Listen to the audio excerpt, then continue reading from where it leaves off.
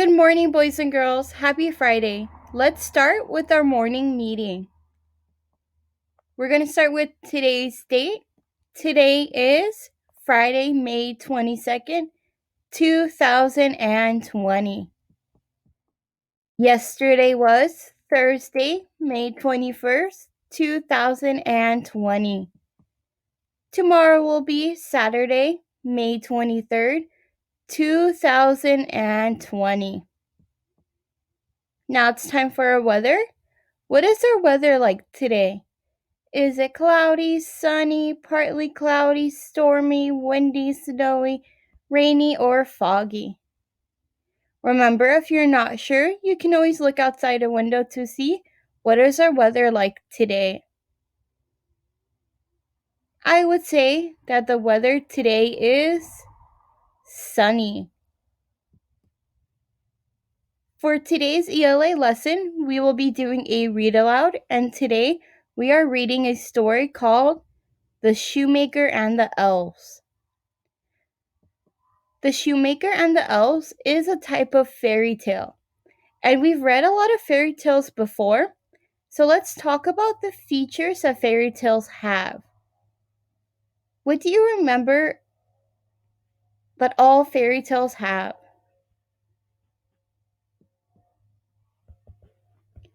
Fairy tales have illustrations, there's make-believe characters, there's some magic elements to it, and all fairy tales begin with once upon a time.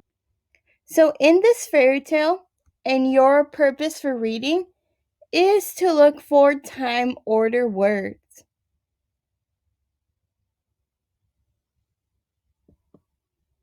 So some words to look for is that night, the next morning, just before, each day. Because when we're done reading, we're going to go over the key events that happen in the story to find out what the elves do for the shoemaker. Let's read. I'm going to play our story for today.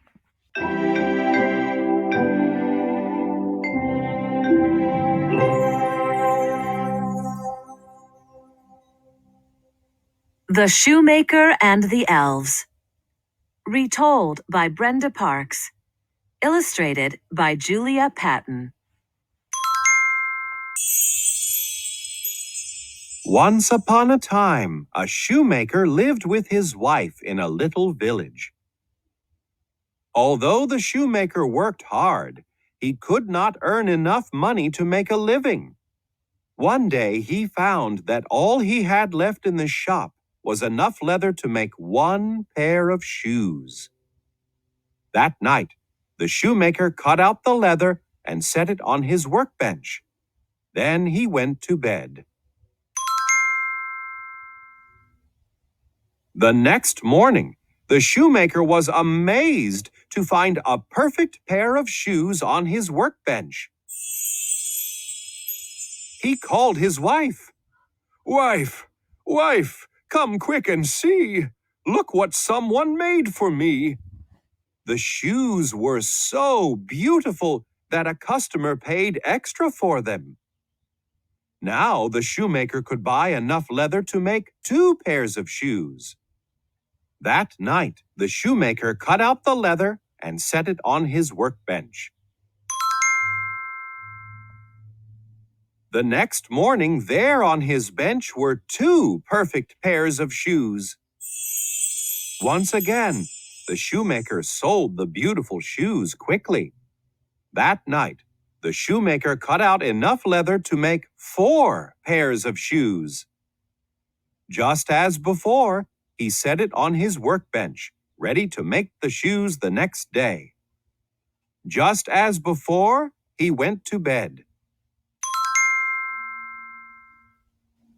The next morning, just as before, there on his bench were 4 pairs of perfect shoes. Once again, the shoemaker sold the beautiful shoes quickly. Day after day, the shoemaker woke to find wonderful shoes on his bench. Shoes for work, shoes for play, shoes to dance the night away. Day after day, more and more people came to buy the beautiful shoes. One night, the shoemaker said to his wife, "We must find out who is making the shoes." So after supper, they hid in a cupboard in the back of the store and watched. Just as the clock struck 12, two tiny elves danced into the room. They hopped up on the bench and began to work. As they worked, they sang. We sleep by day, at night we sew. In and out our needles go. Stitch, stitch, stitching, small and neat. Lovely shoes for lucky feet. As daybreak came, the elves danced out the window and disappeared. "How can we ever thank them?" wondered the shoemaker. "We have made a lot of money because of them," Let's make them some new clothes, said his wife. The shoemaker and his wife bought the smoothest silks and softest satins. They made the elves new suits. On New Year's Eve, they put 2 little sets of clothes on the bench. Then they hid in the cupboard and watched. When the little elves saw the new clothes, they danced and laughed and clapped their hands. They put on the clothes and twirled around. Then they danced out the window and were gone forever. The shoemaker and his wife were never poor again, but they never forgot the elves that helped them. Every New Year's Eve, they put out a new set of clothes for the elves. And every New Year's Day, the clothes are gone.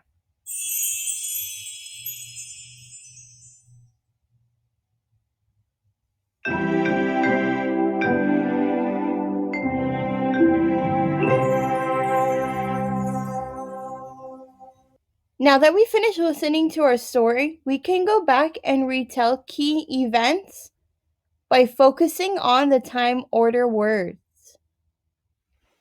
To retell the key events in this story, I'm going to read pages 3 and 4 again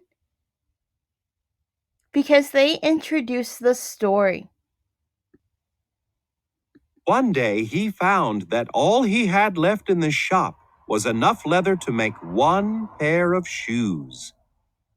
That night, the shoemaker cut out the leather and set it on his workbench. Then he went to bed. The next morning, the shoemaker was amazed to find a perfect pair of shoes on his workbench. He called his wife. "Wife, wife, come quick and see. Look what someone made for me." On page 3, we learn that the shoemaker put his last bit of leather he had to make on his workbench. This event tells me who the main character is and what he did. Now, the shoemaker left the leather the night before, and on page 4, in the morning, the shoemaker found shoes made from the leather he left out. This is a key event, and it tells about a surprise that happened. Now let's read on to page 5. The shoes were so beautiful that a customer paid extra for them. Now the shoemaker could buy enough leather to make 2 pairs of shoes. That night, the shoemaker cut out the leather and set it on his workbench. So on page 5, this is another key event. The shoemaker was able to sell the new pair of shoes for extra, and he used the money to buy enough leather to make 2 pairs of shoes. I'm going to write that key event on my chart. This was a pattern for the shoemaker. He was able to buy leather, set it out, and the next day he found more and more shoes that he was able to sell. If we look at page 9 at the end, day after day, more and more people came to buy the beautiful shoes. So I'm going to write on our chart that each day the shoemaker sold more shoes. Now if we go on, I'm going to play these next 2 pages because they're going to tell us of a key event.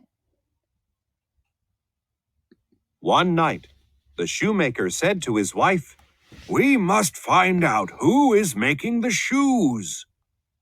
So after supper, they hid in a cupboard in the back of the store and watched. Just as the clock struck 12, 2 tiny elves danced into the room.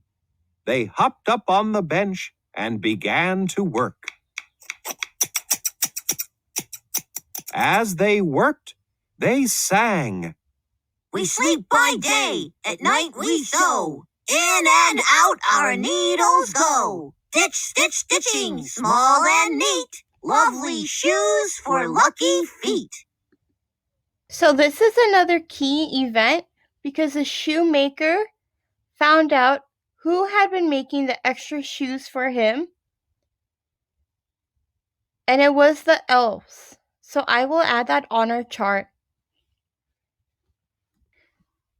And if we look on to our story, the shoemaker and his wife made suits on New Year's Eve to thank the elves. And they did that every New Year's Eve. They put out a new set of clothes for the elves to thank them for helping them when they had no money. So that is our last key event.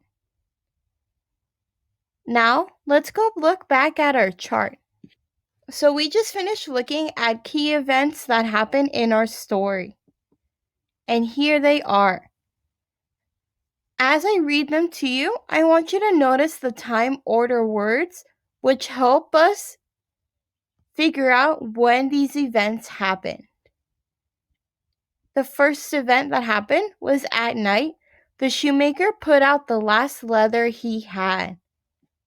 And then, the next morning, the shoes were made. The shoemaker was able to sell the shoes, and he used the extra money to buy leather for 2 more pairs of shoes. Each day, he sold more shoes that were made. The shoemaker found elves were making his shoes, and he and his wife thanked them by making them new suits every New Year's Eve. So these are all of the key events that happened in our story. Now I'm going to end our ELA lesson with some reminders. Please submit your work for every lesson.